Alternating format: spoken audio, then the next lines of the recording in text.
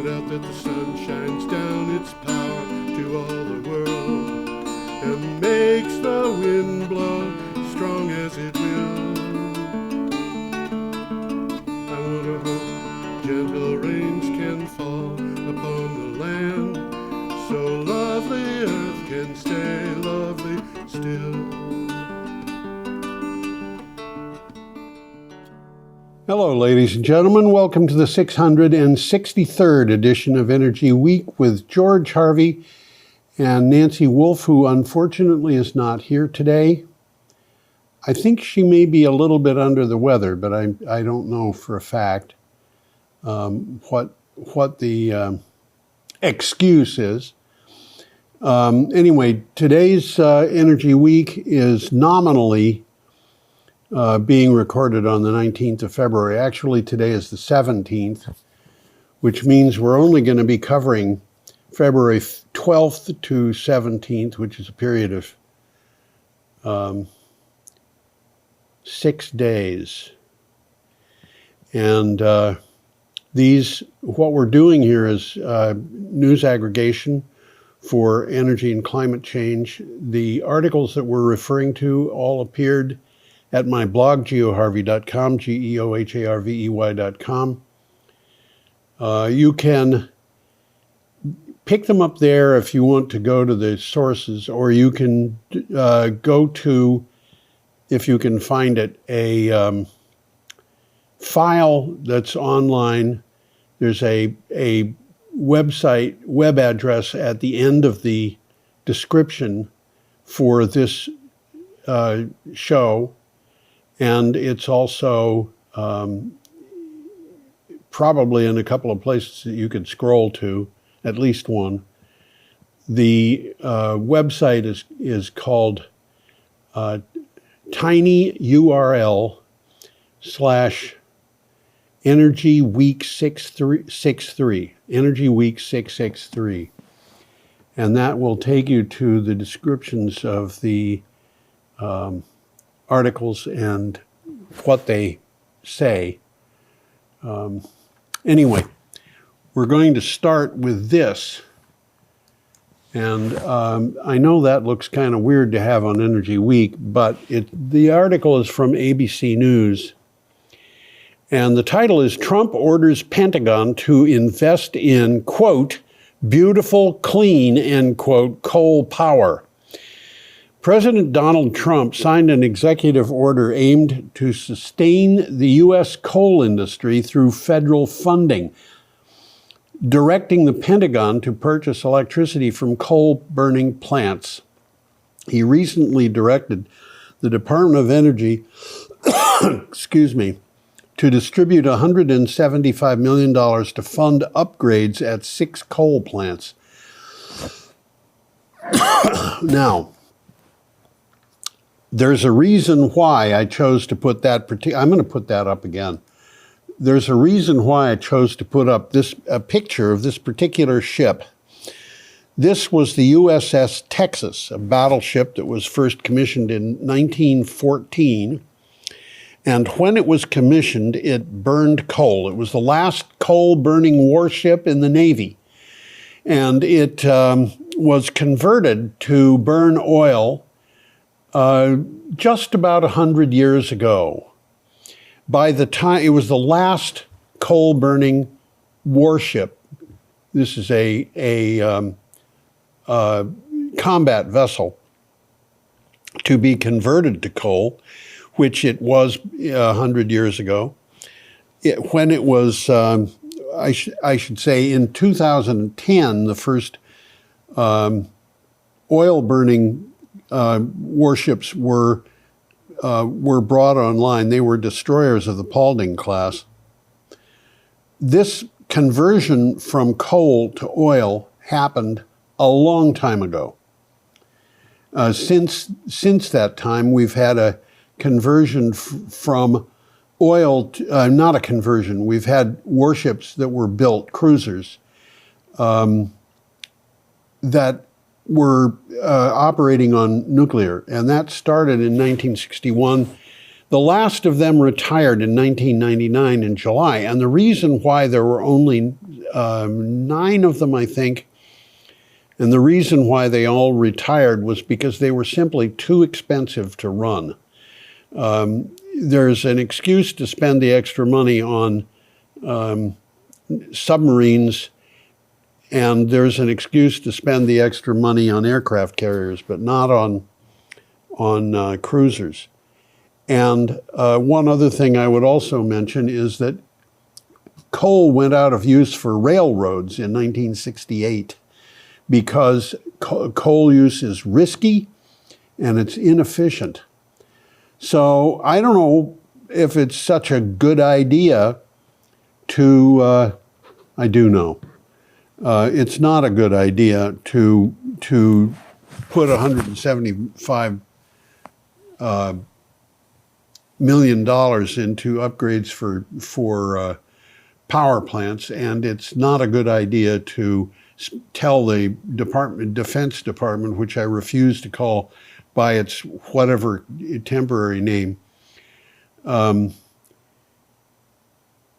It's just bad policy to waste money. That's bad policy. And when you add on to that you're making the environment polluted, it's inexcusable. But there it is. So I'm going to move on. We have a picture of a, I don't know what to say to this. This is from Euronews, and the title is Trump EPA to Repeal Key Climate Finding. The Trump administration will revoke a scientific finding that long has been the central basis for action to regulate greenhouse gas emissions and fight climate change, the White House said. By contrast, the National Academy of Sciences says the growing harm of climate change is beyond dispute. Now, this finding is the let's see, I don't have it right in front of me.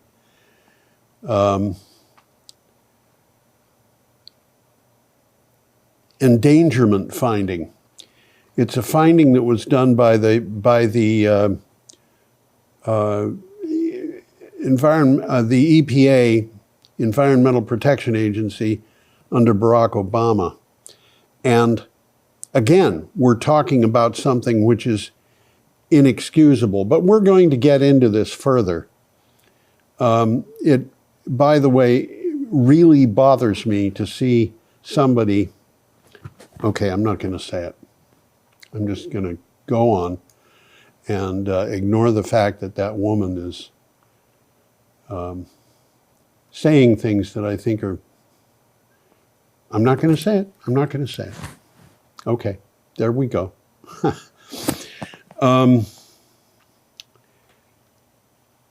The next item that we have up, we have a coal-fired power plant in China. This is from Bioenergy Times.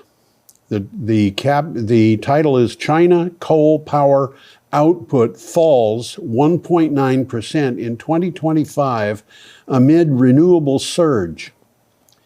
China had a 1.9% decline in coal-fired power generation in 2025, signaling a significant shift in the country's energy mix as the expansion of non-fossil fuel sources outpaced electricity demand growth for the first time in a decade, according to a report by Wood Mackenzie.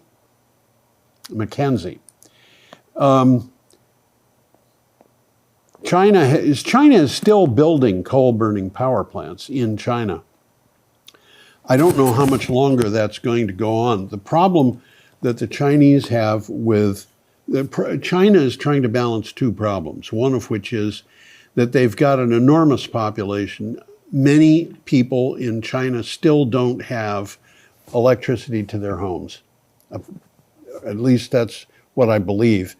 It is only a few years since the last village in China got electricity, but to get electricity means that the village has at least one building that is grid tied. And I would imagine that there's probably a lot of buildings that are not grid tied in China. So they need electricity, and they're building coal burning power plants to get to that.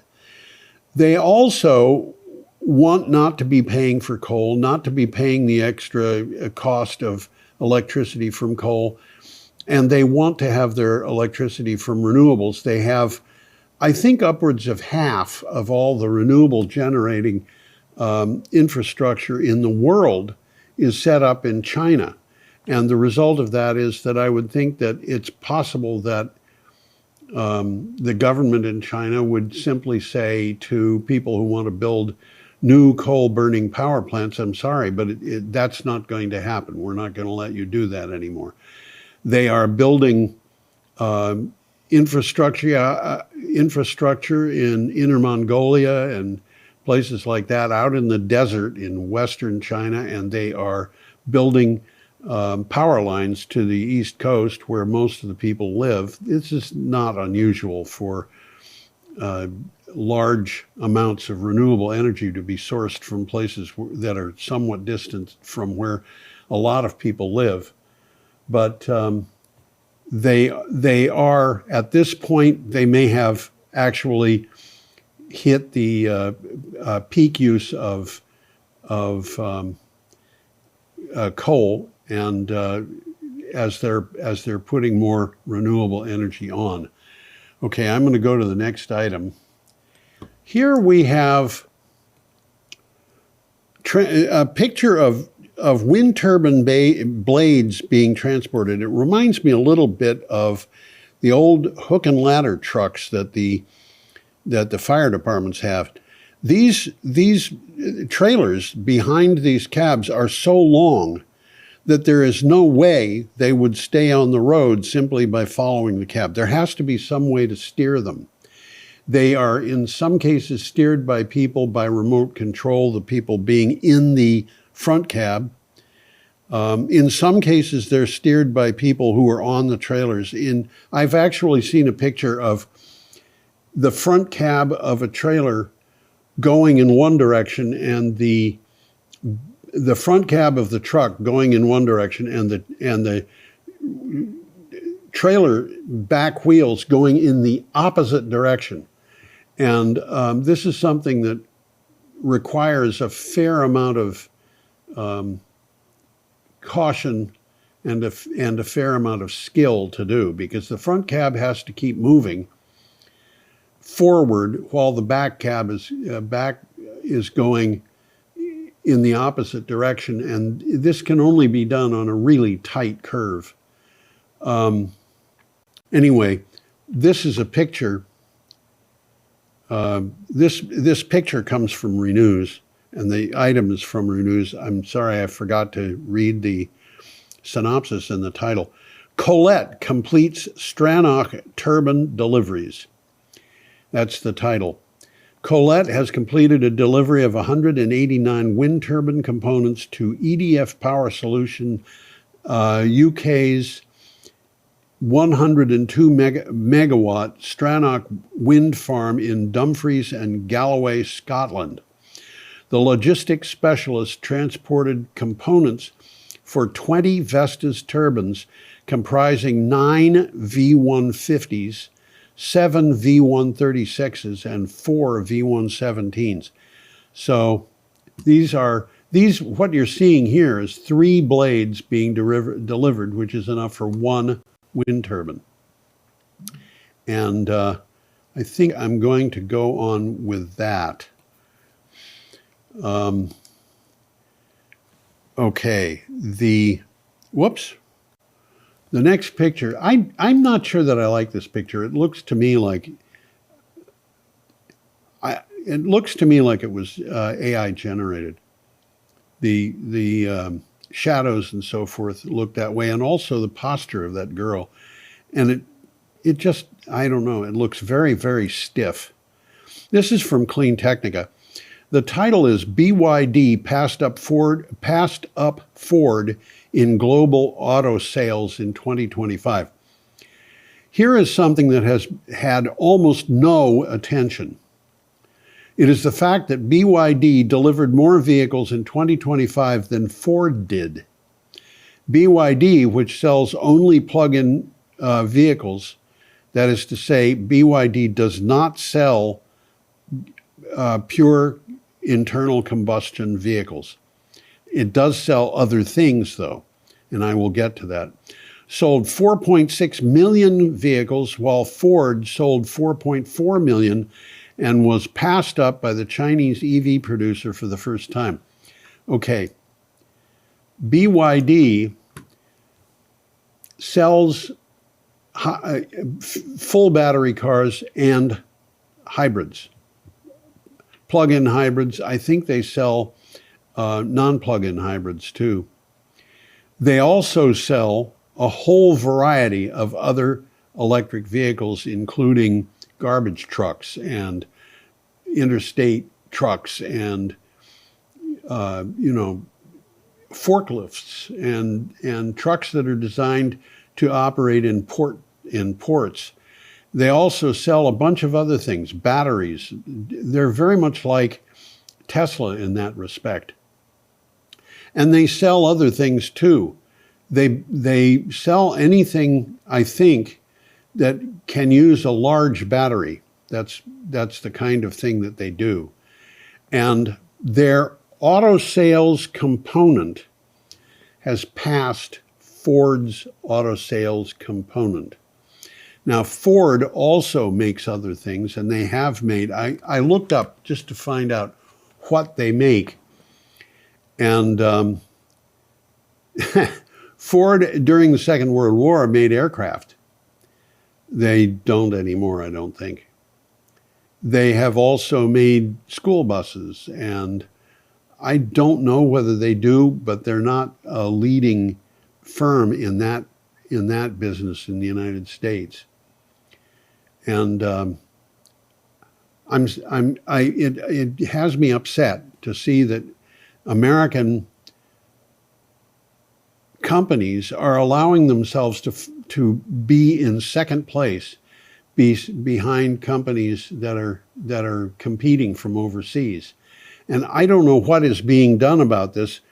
What is being done is not about this. What is being done is that we have the people in Washington, D.C. trying very hard to prevent electric vehicles from being sold in the United States or being made in the United States. And unfortunately, that's what the world wants.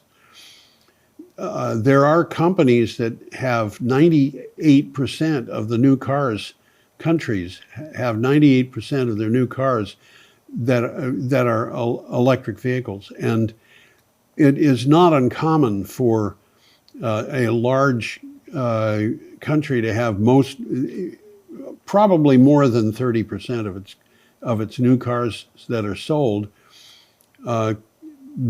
being electric vehicles. And the growth in sales is all electric vehicles because the internal combustion vehicles are declining in numbers being sold. In the United States, what are we doing?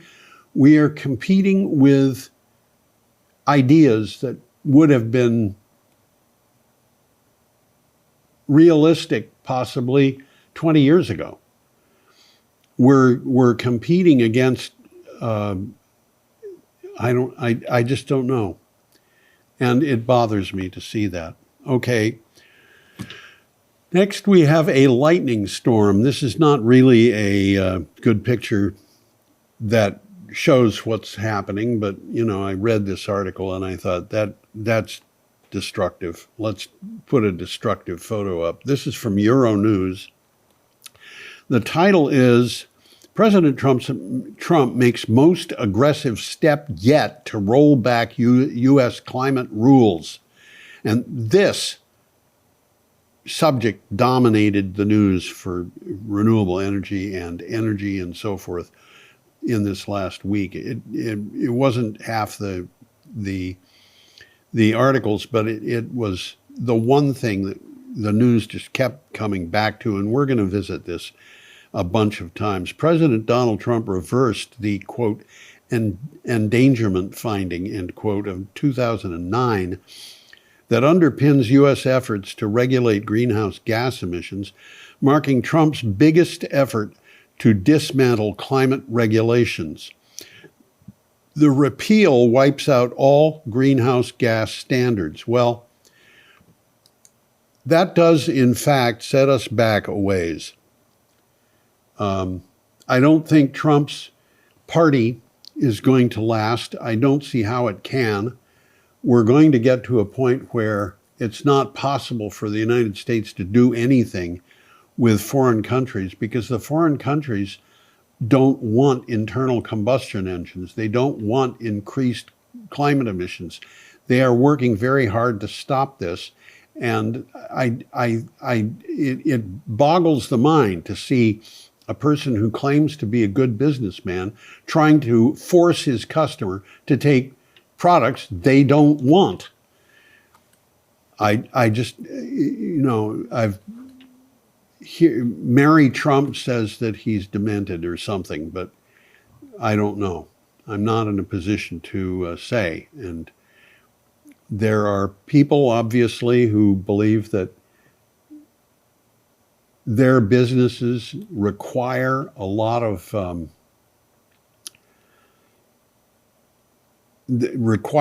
money, and they need to get that money from something other than renewable energy. And you know, so they're pushing big coal burning power plants and gas burning power plants and gasoline burning engines and things like that. And I just don't see where it's going to produce any kind of profit for the United States. Okay, next we have a picture of the SAWS high altitude wind turbine, and this thing is impressive. This is from Clean Technica. The title is China floating turbine passes testing and completes a grid-connected flight. China's S-2000 Stratosphere Airborne Wind Energy System, that is SAWES or SAWS, completed a grid-connected test flight in Sichuan province. The technology is no longer just a concept. It has now generated electricity at altitude and delivered that power to a local grid. Okay, what does that mean? Well, this is a stratosphere airborne wind energy system, and that is basically a balloon with a big, big wind turbine built inside of it. And it's tethered, and they put it up, and it goes into the stratosphere, which means that the tether is at least 10 kilometers long, which is something over 5 miles. And it has a power cable that comes to Earth, and it just generates electricity. Now, you could ask, what is the advantage of such a thing? The advantage is that it's in the stratosphere, which means that for practical purposes, the winds blow faster or the winds blow a little bit slower, but they're always blowing, and they're always blowing almost always from the west or from the northwest or from the southwest. But basically, this is highly predictable. I don't know what kind of capacity factor this thing has. We'll find out in the future.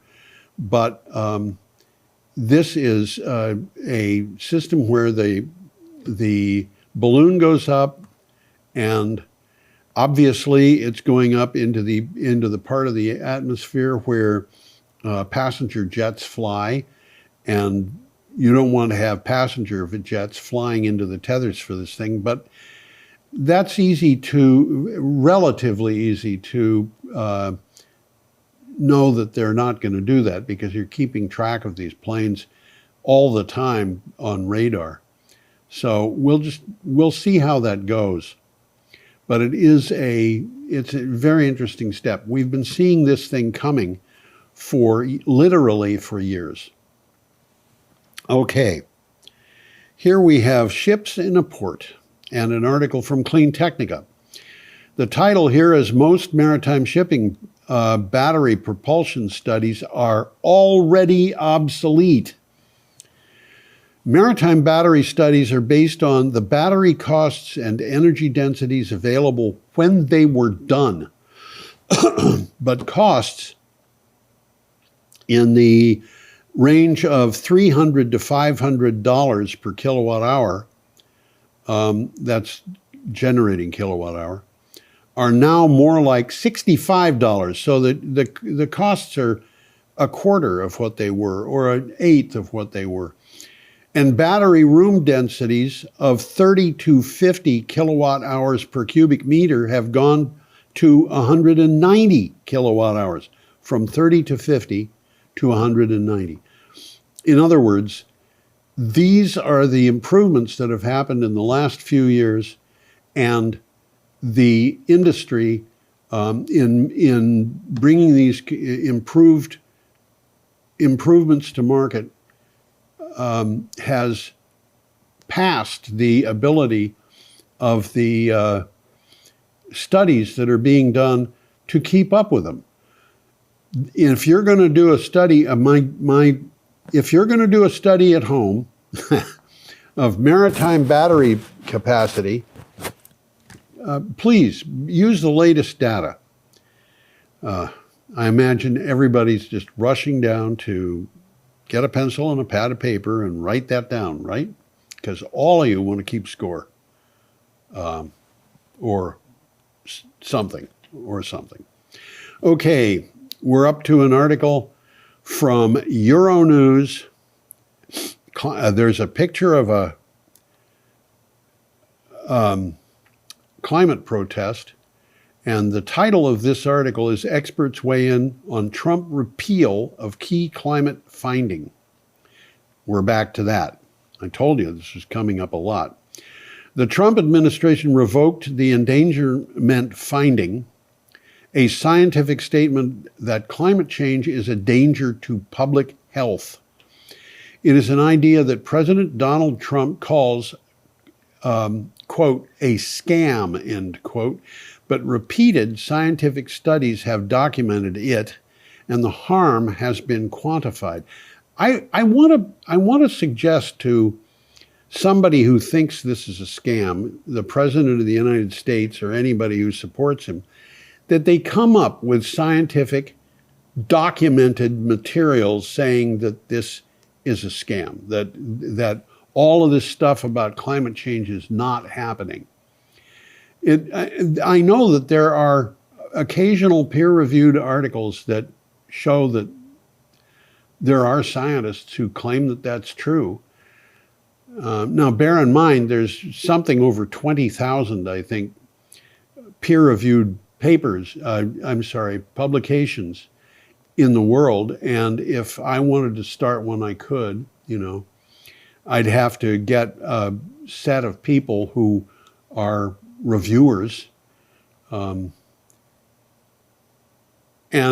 we could have it on anything. And if somebody submits an article and it's published, then I can say it was peer-reviewed, right? Peer review doesn't mean that something is perfect. It doesn't mean even that it's right in general.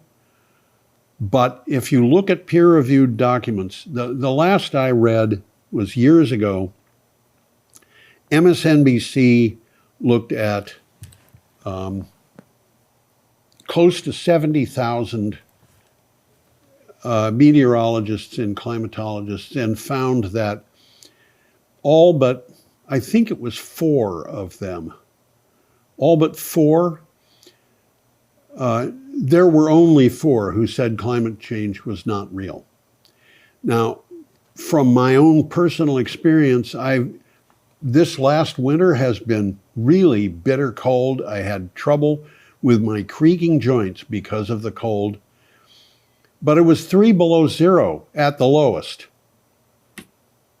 When I was a kid in this same part of the United States, I remember 30 below. And I have not seen 30 below in the last, 35 years, 40 years. The climate is changing. We've got deer ticks carrying Lyme disease. In 1990, there had never been a single person diagnosed with Lyme disease in the state of Vermont. There are people being diagnosed now. And there are other things going on worldwide. The price of coffee is going up. That's not because of tariffs anywhere near so much as it is because of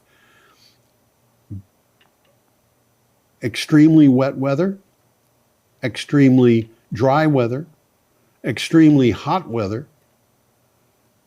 The coffee's not growing the way that it used to. And the people who have coffee plantations are moving them into a higher altitude so they can continue to work.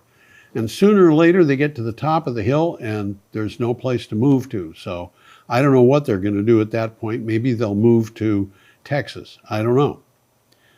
But this is a problem, and denying it that it's a problem is not making it go away. We're up to Sunday, February 15th, and we have, as a matter of fact, a picture of coffee beans growing on a coffee tree. This is from ABC News. The title is Soaring Coffee Prices Rewrite Daily Routines for Some Americans. Nearly all coffee consumed in the United States is imported. Tariffs drove prices up for some coffee in 2025, but they have been removed. Global prices have been driven up by climate. Damage from drought in Vietnam, heavy rain in Indonesia, and hot, dry weather in Brazil. And that is a story that just goes over and over and over again. They haven't talked about Colombia. They haven't talked about Central America. We have sources of coffee, but I go down to the co-op and the coffee that I buy costs maybe 200% of what it did 10 years ago, 8 years ago. The price has gone up and it's punishing. So I guess I'm just going to go on. That has been commented on.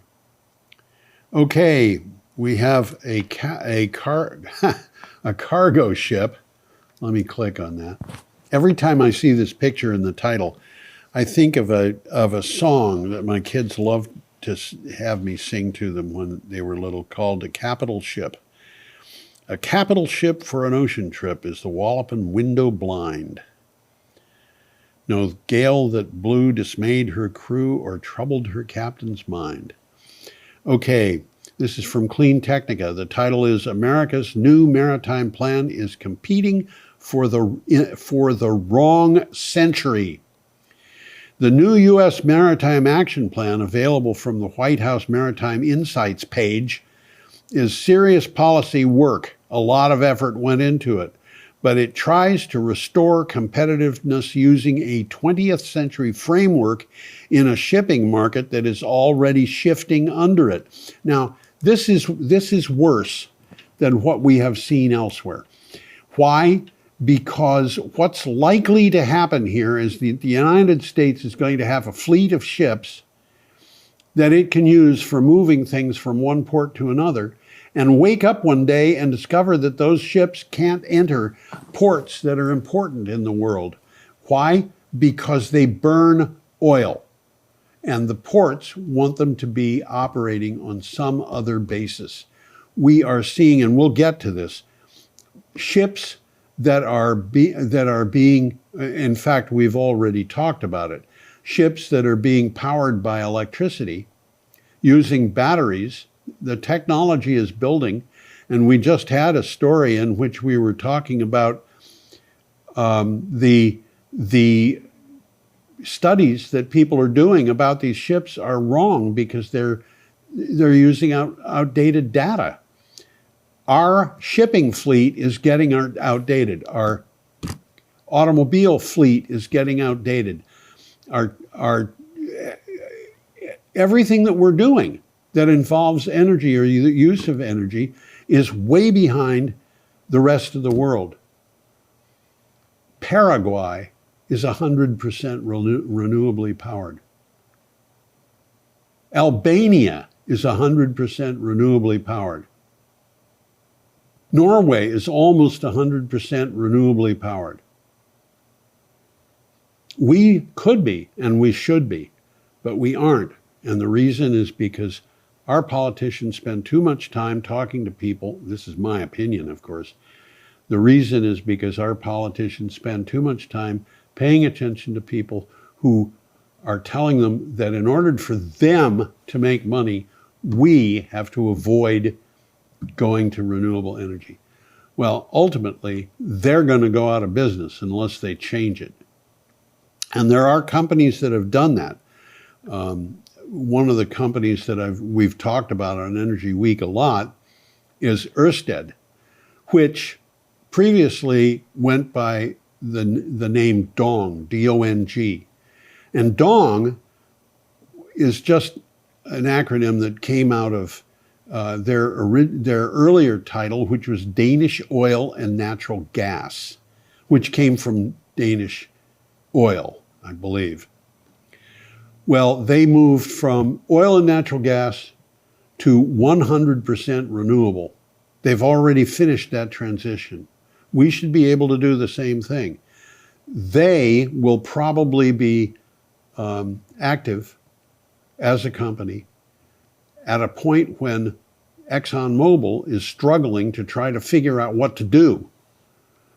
And it's infuriating because it puts us behind the rest of the world.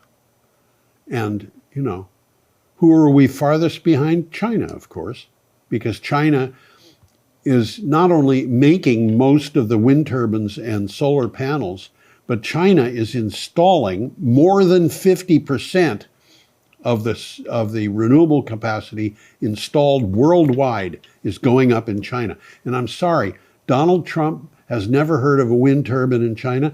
Why? Well, I don't know if he's got no memory or if he is just not paying attention. But one of those has got to be the case because they're there. And the Chinese loved hearing him say that. They just sat back and took swipes at him. Okay, we have a picture of a whale. I wonder how many people have seen whales. I have. I used to live in the Plymouth, Massachusetts area, and I went out on a whale watch with a friend one day. This is from ABC News, and the title is U.S. Ocean Regulator Faces Criticism Over Changes to Right Whale Protection Rule. NOAA said in a statement, that is the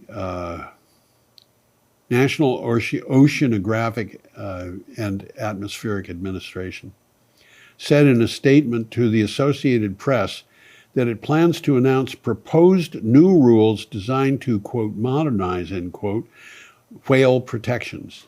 The proposal will be a, quote, deregulatory focused action, end quote. No specific information on action has been given. So they're saying they're going to deregulate it, but they haven't said how or when or how much or whatever. I just don't know what to say about this, except the Trump administration has taken over our regulatory frameworks. And even if they were built by Congress to be answerable to Congress and to the citizens of this country, they're being taken over and doing what Donald Trump wants them to do. And frankly, I don't think Donald Trump has done his homework. Okay, we're up to Monday, February 16th, and we have a picture of Ed Miliband. Let me get that up. This is the first of two pictures of Ed Miliband that will be in this show. This is from Clean Technica. In the UK, power to the people is the latest clean energy trend. The UK government recently announced that it plans to spend up to £1 billion, that's about $1.3 billion, on community-owned green energy projects. $1.3 billion on green projects. You could, if you want to find out what that would be equivalent to in the United States, multiply it by 5 or 6 and imagine that amount of money going into community-owned green energy projects in the United States. Ed Miliband, the UK Energy Secretary, said the funding was intended to help increase financial independence and wealth of local communities. Isn't it nice to know that there's somebody in this world who is concerned, the way that the UK government is, who is concerned about the wealth of local communities? I have a friend who lives in the UK and tells me that the UK is horrible the way that it treats ordinary people. And I've seen this, people being arrested because they went for a walk during the COVID lockdown. This gets kind of rough, but they're still at least pretending that they're doing this. And honestly, I think this is something that they're trying to do. They're trying to make sure that the local communities that pay for power and use for power are profiting from the investments in the power that have been made locally. And I think that's an excellent idea. I think the people in Brattleboro, Vermont should be given the opportunity to get some kind of income from locally produced power. And I could comment on that at great length. The one comment that I would make is, would you imagine, viewer, imagine that you're living in a rural road, and across from the street from your house there's a big field, and the person who owns that field is a farmer, and he comes to you one day and says, I'm going to do something with this field, and I want to consult you and find out which you would prefer. Would you rather have a conventional corn crop planted there year after year, or would you rather have a field of solar panels? And I think most people would say they'd rather have conventional corn because it's green and it's something that they're familiar with. My reaction to that, and I spent a lot of my childhood in Illinois, is that a conventional corn crop is basically a very shallow, possibly 6 or 8 or 10 or 12 inch deep, but very broad. If it's 100 acres, it's 100 acres by 6 or 8 or 10 inches deep, but it is a field that is a toxic waste dump. And I don't want a toxic waste dump across from my house.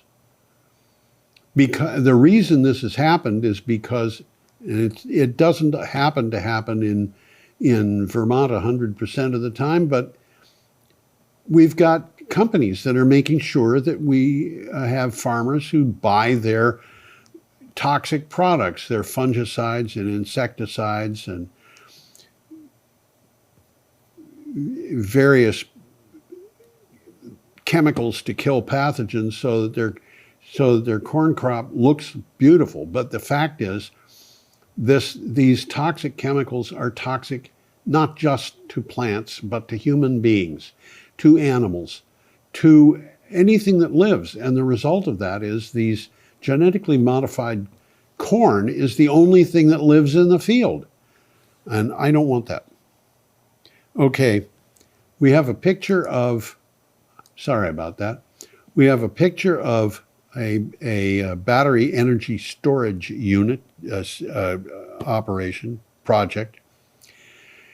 This is from Renews. The title is FuGen Seals 125 Megawatt Finnish BESS Deal. BESS is Battery Energy Storage System. FuGen has closed a 125 megawatt ready-to-build battery energy storage system in the area of, I'm not even going to try to pronounce it, in central Finland. It's the name of a municipality in central Finland. With Nala Renewables, the transportation is the first under a framework agreement the two companies established in October of 2025 for a Finnish BESS portfolio, FuGen said. I could have taken any of a bunch of other articles and put them up, but I really like that picture of a battery system in Finland. And I just think it's a pretty picture. I'm not sure that I'd like living in Finland. I've lived in the UK, and the even in the southernmost area of the UK, which is about as far north as Hudson's Bay, in the summer, the sun goes down at like 9 o'clock at night, 9:30, something like that, and is up at 2:30 in the morning. And there isn't enough nighttime to sleep. And of course, in the winter, you have the reverse of that. The sun comes up at 9:30 and sets at 2:30. It's kind of infuriating. And Finland is farther north. So anyway, we have an article here from Renews. This is a picture of the Manhattan Bridge. Okay, the Manhattan Bridge is just to the east of the Brooklyn Bridge. And basically, they connect places that are not far apart in Brooklyn to places that are not far apart in Manhattan. And yes, when I lived in Brooklyn, I went across the Manhattan Bridge, not often, but once in a while. Title of this article from Renews is New York Cancels Fifth Offshore Wind Solicitation. The U.S. state of New York has canceled its fifth round of offshore wind procurement. The procurement was initially launched in 2024, but the awarding of results was repeatedly delayed following the election of Donald Trump, which proved to be disruptive and instilled uncertainty. I don't know. I think Donald Trump governs on the basis of chaos that he creates and then tries to make the best he can out of it. And I don't think that's a really good way to deal with an economy or a set of laws or people in general. For every person who is helped by it, you're going to have a whole slew of people who are hurt. And I don't see a way around that. So there we are. The courts, of course, are taking Donald Trump to. They're telling him he can't stop these projects that are already underway, which he did. He said that all of the offshore wind projects in the United States had to shut down, even the one that had only one turbine to connect. And $8 billion had been spent on it. It's a way of treating people who have been awarded contracts and given permission in such a way that they don't trust contracts and permission anymore. And people who are investors don't want to invest. And of course, that's what the Trump administration wants. They want people not to invest in renewable energy. They want the investments in old style energy projects and so forth. Okay, we are up to, what are we up to? I think no good. We're up to Tuesday, February 17th.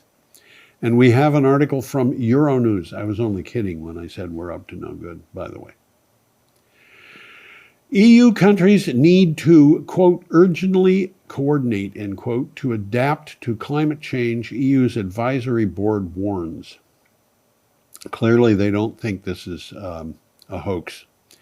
EU countries, European Union countries, need to urgently coordinate to anticipate and mitigate the increasingly frequent effects of climate change, such as flooding, severe storms, and heat waves, a report from the EU's advisory board on climate change warned. Now, I'm gonna put that. Whoops, what happened? That is not good.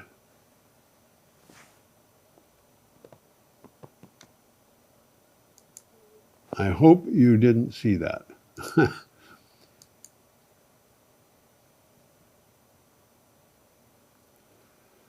Okay, now what?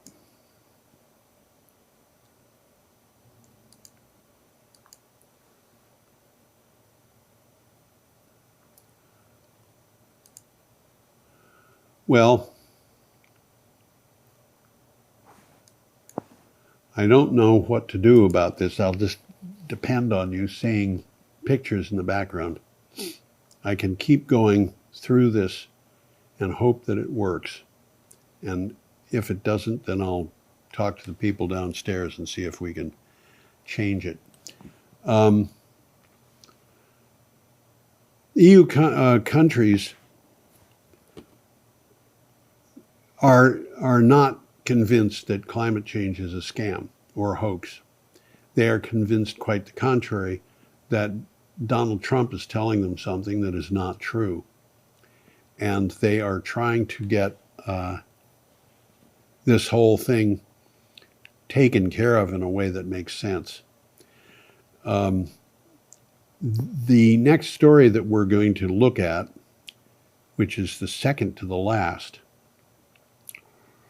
talks about the fact that the problem with climate change is getting so bad that while we were suffering from cold, I'm getting old and the cold is bothering me more than it had in the past much.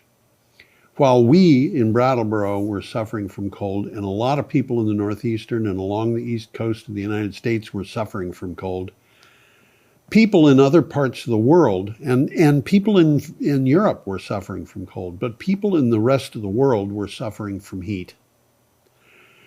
And in fact, last month,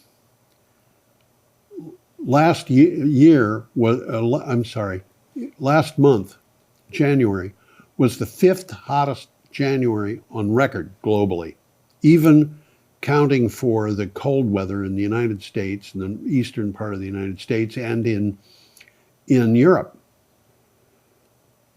The problem is they have to get that coordinated. They have to get a coordinated approach to that, which means that they're going to be coordinating their efforts, doing something that requires them to do that we are not doing, for which we are not selling components, infrastructure. They're going to be buying those things, electric vehicles, generating capacity, batteries, systems, and so forth. If they are buying them from elsewhere, they will not be buying from the United States, because we're not going to be selling them, or at least the government of the United States is going to be discouraging selling them as much as possible. But the people in Europe are looking to buy them. And that is something that is going to cause the United States to fall further behind. Now, let's take a look at the next item here. This picture, let me try that again.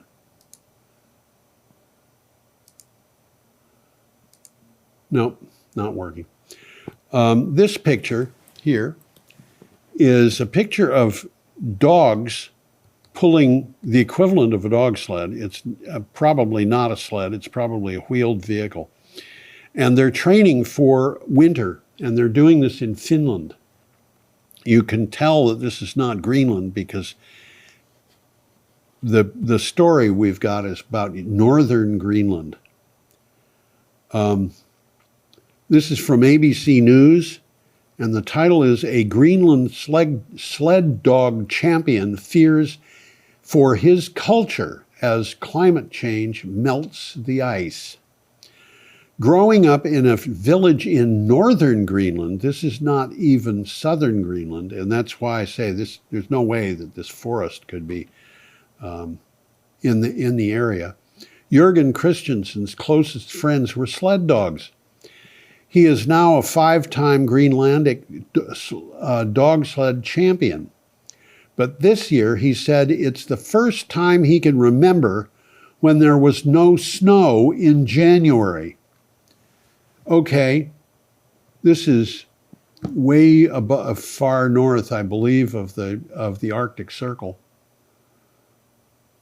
This tells you climate change is real, and it is a serious problem. And he can't even get his sled dogs to practice on snow. And we've got to deal with the reality of the situation, not some kind of dream that somebody cooked up. Okay, last article. I told you Ed Miliband was going to be up twice, and here he is. This is from where? Yeah, Renews. The title of this article is UK and California Deepen Clean Energy Ties. Clean energy ties. The UK and California signed a memorandum of understanding in London to accelerate clean energy cooperation and boost investment.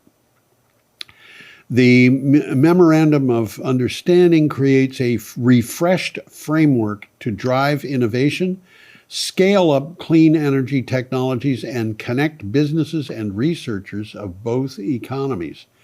So basically, this is something that would normally be done between the United States government and the UK, or between the United States government and the European Union, or whatever. But now California is standing in for the government and the U.S. government, and this is something that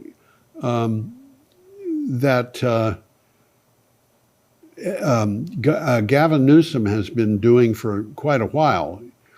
When the United States didn't have delegates to send to things going on overseas because it had dropped out of whatever climate agreement there was, California said, well, we'll stand in for the United States. And they took other states with them. They had other states helping them along. And Gavin Newsom was the guy behind this. And we see Gavin Newsom, interestingly enough, he's shaking hands with Ed Miliband, who is the director of the Energy Security and Net Zero Department of Energy Security and Net Zero. Not the Prime Minister of the UK. The Prime Minister, I think, would have been appropriately shaking the hand of the President of the United States, but there was no president to do that with. So anyway, the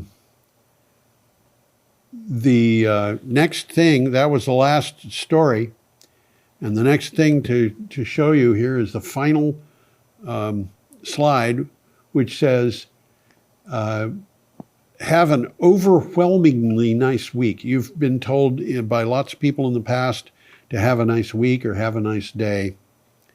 I'm saying have an overwhelmingly nice week and enjoy yourself. And in the meantime,